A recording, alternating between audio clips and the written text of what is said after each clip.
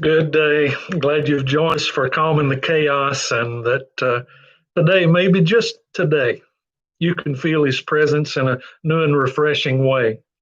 Reading through Genesis chapter 21 today, where it says, "But God heard the boy crying, and the angel of God called to Hagar from heaven, 'Hagar, what's wrong?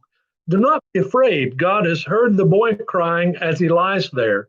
Go to him and comfort him, for I will make a great nation from his descendants.'"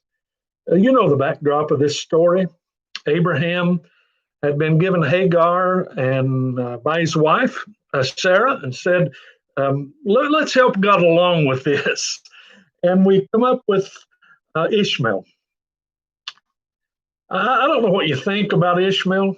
I know what we recognize has happened to him and his descendants, but the simple fact about it was when Hagar was forced to leave Abraham's camp, she wandered in the wilderness of Beersheba, a region about 30 miles southwest of Hebron. You see, Hagar, like many, suddenly became a single mom. I really can't imagine all of that, but it gives me a compassion and a compulsion to try to help and encourage those that are faced with overwhelming odds, faced with the challenge of having to survive alone. Make too little provision to cover too many needs, and wondering, does God really care?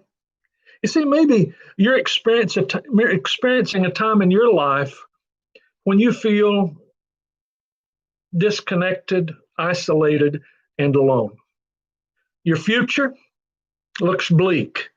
You can't remember the last time that you laughed. Your soul is parched and you don't know where to run. See, at the risk of sounding too much like a preacher, can I offer a few words of hope? You need to know that while you feel alone, you're not alone. God sees you. He hears your cries. He saves your tears, and He'll care for you and turn your sorrow into dancing.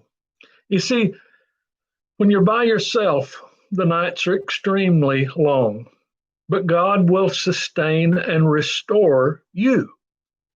He will see you through the barrenness of Beersheba, and He'll make you whole again sooner than you think. See, if you identify with Hagar, take heart.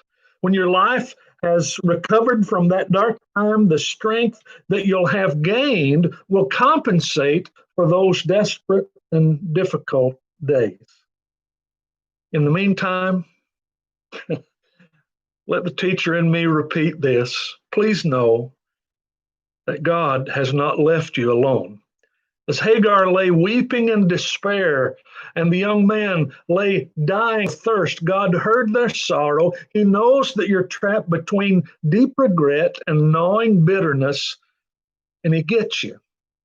He understands you, and He promises, especially to you, I'll never leave you nor forsake you.